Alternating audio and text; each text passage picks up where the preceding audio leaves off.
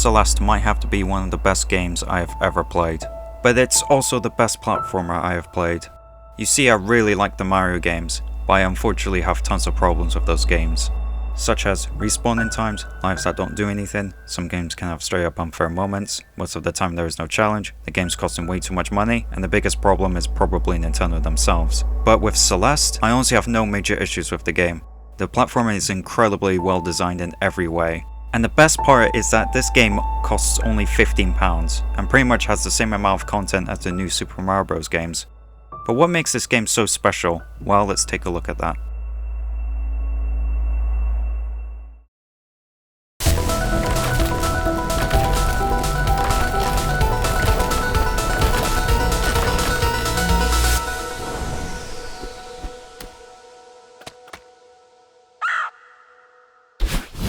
The movement is what pleases me the most.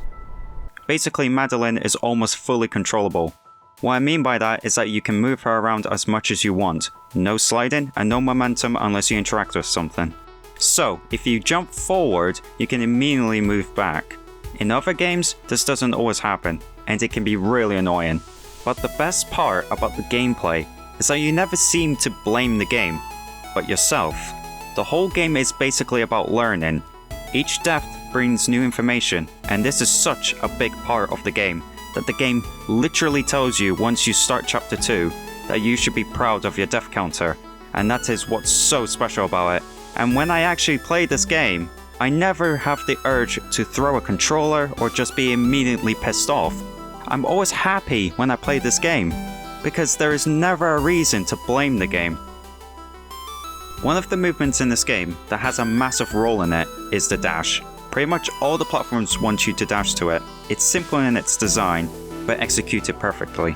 Basically, the dash makes Madeline have a quick boost, where it makes you recover or reach something far away. But probably my favorite part of the gameplay is how fast you respawn and how frequent the checkpoints are. I love this. I always, and I mean always, get very annoyed when I die in a Mario game, since it either takes way too long to load back in, or it spawns me too far away from when I die.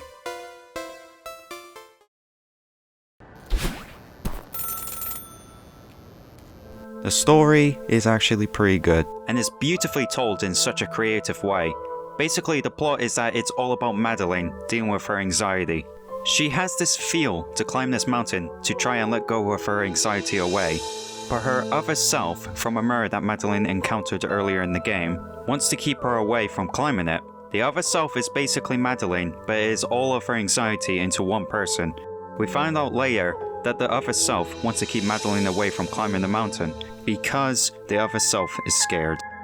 Basically, the moral of the story is that you should not let your anxiety mess with you.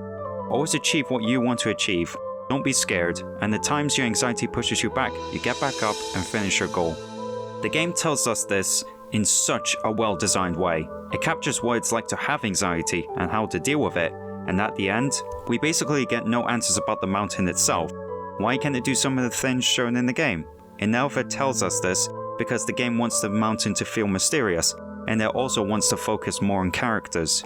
And it does this so well. Celeste has such creative platforming obstacles. Let me just read out the list of most of the obstacles in this game. So there are collapsing bridges, spikes, disappearing platforms, conveyor belt platforms that make you gain momentum, sprints, rhythm blocks, dash blocks, these things which are called sludge, moving platforms, locked doors, these things that come up when you step on them and then off them, wind, clouds, disappearing clouds, movement blocks, bubbles, red bubbles, moving spikes, dash conveyors, these horrific things called seekers, angry platforms, bumpers, feathers, water, and the other self. What a lot of creative platforming obstacles to die to again, and again. But the coolest part about this is that in chapter 7, all these make an appearance. Since you fall down in chapter 6 and you have to make your way back up, it implies that you have learned all these obstacles and now you must deal with them in a slightly harder way. There are actually hidden movement mechanics. Some were found by the community and some were intentional. So the movements are hyper dashing, wave dashing, wall bouncing, and reverse wave hyperdashing. There are a lot more, but I'll go over some of the simpler ones. Hyperdashing is caused by dashing by aiming like this, and then jump a little later, which will cause you to jump way further. Wave dashing is done by jumping, dashing at this angle, and jump once you hit the ground. Once you do this right, you jump further, and you'll also keep your dash with a lot less of a hassle. Wall bouncing is done by dashing up into a wall and jumping, in which will make you perform a big wall jump. Reverse wave hyperdashing are almost the same. If you are wave dashing to the right, perform it like this.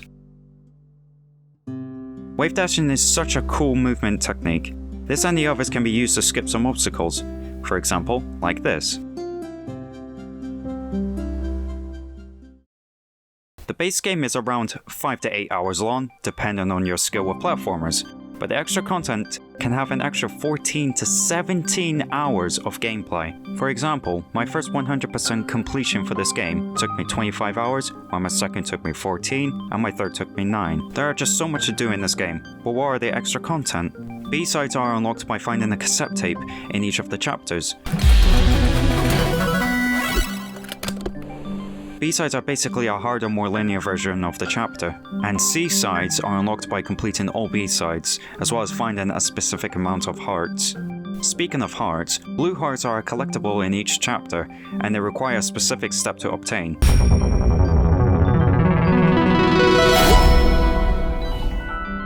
Red hearts are collected by completing B-sides, and golden hearts are collected by completing C-sides. There is also another collectible, berries. Berries do nothing except impressing yourself and changing the end card when completing the game. And there are 175 of them, and there are still more with golden berries. Golden berries are collected by beating the chapter without dying a single time. This includes the A-sides, B-sides, C-sides, and the farewell update. And guess what? More content. The farewell chapter is a very long chapter unlocked by beating chapter 8 and was added to say, well, farewell to this game. Literally, all of this just for £15. Speedrunning feels amazing in this game, with a constant fast pace and a lot of moves to learn. But what makes this game feel so good to speedrun? I think it's mostly because the game was optimized for speedrunning. Like, there is literally an in-game timer you can activate in the options menu. All cutscenes are skippable, load times are very short, the game is very fast-paced if you go full tryhard, and the game says to you, you can do this. I have to say that the soundtrack is one of my favorite soundtracks in a game. All the music fits the game perfectly. I like how it starts out chill, then mysterious, then intense, then mysterious again, then calm, and then scary, and they all fit the chapters so well. But probably the best cutscene in the entire game has to be the cable car scene. I really like how the composer didn't just see the scene and went like, oh look, the character's having a panic attack. Let's just put sad, depressing music over it. No, the composer looked at the scene and thought what the character is currently feeling in that situation.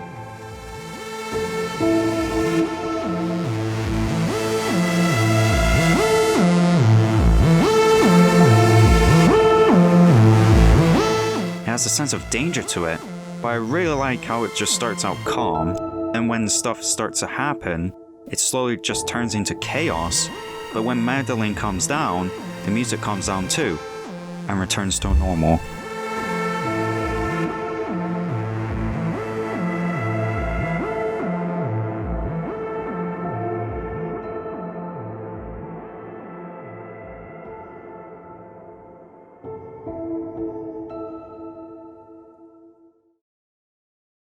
Celeste might have to be one of the best indie games out there, but this game is the reason why I love indie games. AAA games, to me, are just starting to get a bit stale now, with an upcoming title just being another shooter or just having no new concepts, and as well as they always ask for your money. Like, yeah, it started to come down a bit since the incident that happened in 2016, but it's still annoying. But with indie games, you can get cheap DLCs or straight up get a massive update for free, just like in Celeste. The farewell update I brought up earlier was a completely free new update, which is just so wholesome. I recommend this game a lot, and especially if you like platformers. Like seriously, just get it. It's cheap. You'll enjoy it. I'm gonna give Celeste 5 stars.